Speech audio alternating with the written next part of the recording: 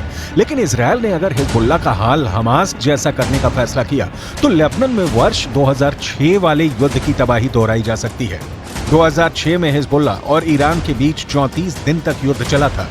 तब इजरायल के 121 सैनिकों को मिलाकर 160 लोग मारे गए थे, जबकि हिजबुल्लाह के 250 लड़ाकों समेत लेबनान के 1200 लोगों की मौत हुई थी। हम अपनी वीडियो लाइब्रेरी से 17 वर्ष पहले लड़े गए इस युद्ध की तस्वीरें निकाल कर लाए हैं ताकि इस बात का अंदाजा लगाया जा सके कि इजरायल फिर से लेबनान का वही हाल कर सकता है जो इस बार वो गाजा का कर रहा है।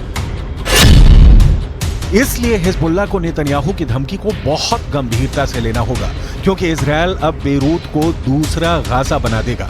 ये वो साफ साफ कह रहा है।